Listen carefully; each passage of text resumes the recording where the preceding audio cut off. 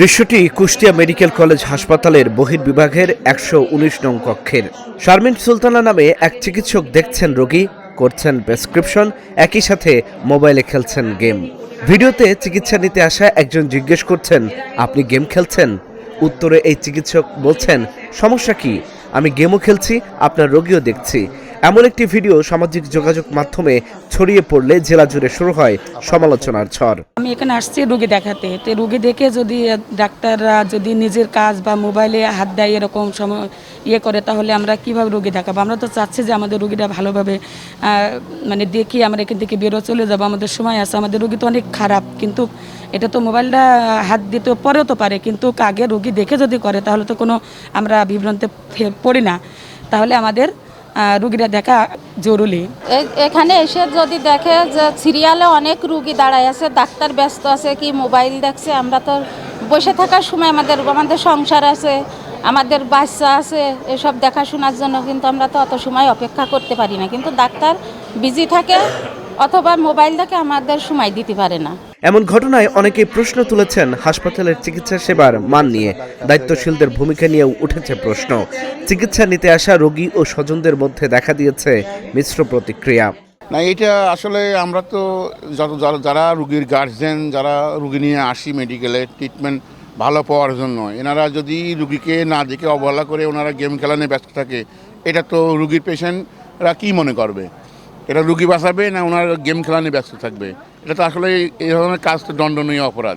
তার দায়িত্ব, যেহেতু সে প্রতি মাসে এই জনগণের ট্যাক্স থেকে স্যালারি পায়, তার দায়িত্ব রুগী আগে দেখা।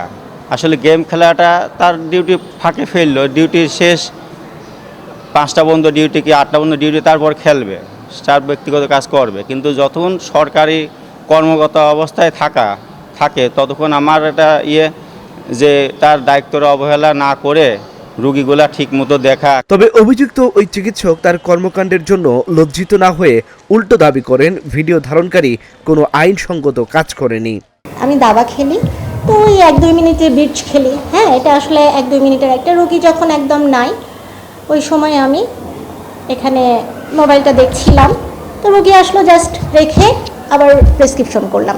এই বিষয়ে আমার মতামত হচ্ছে, আমার ভাইরাল হওয়ার কোনো নেশা নাই, ভাইরাল হওয়ার কোনো ইচ্ছাও নাই। কিন্তু ভাইরাল হওয়া মনে হয় আমার কপালে ছিল। ভাইরাল হওয়ার জন্য অনেকে অনেক উদ্ভট কাজ করে।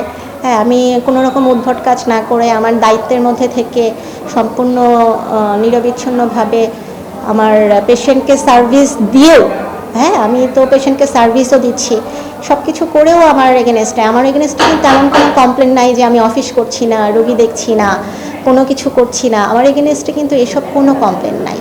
হাসপাতাল কর্তৃপক্ষ বলছে অভিযুক্ত চিকিৎসককে তলব করবেন তারা। ঊর্ধ্বতন কর্তৃপক্ষকে জানানোর মাধ্যমে নেওয়া হবে ব্যবস্থাও।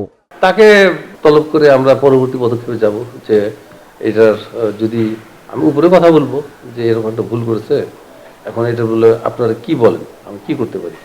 যদি বলে যে কঠিন অ্যাকশনে যাও, কঠিন অ্যাকশন নেব। যদি বলে যে ঠিক আছে, তাকে সতর্ক করে দাও এবং অন্য কারো দ্বারা যেন কোনো ধরনের এরকম অসদাচরণ না হয়।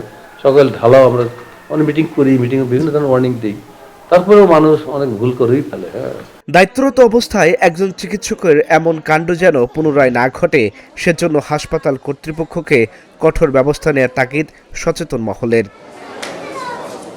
Dhaka journal news desk.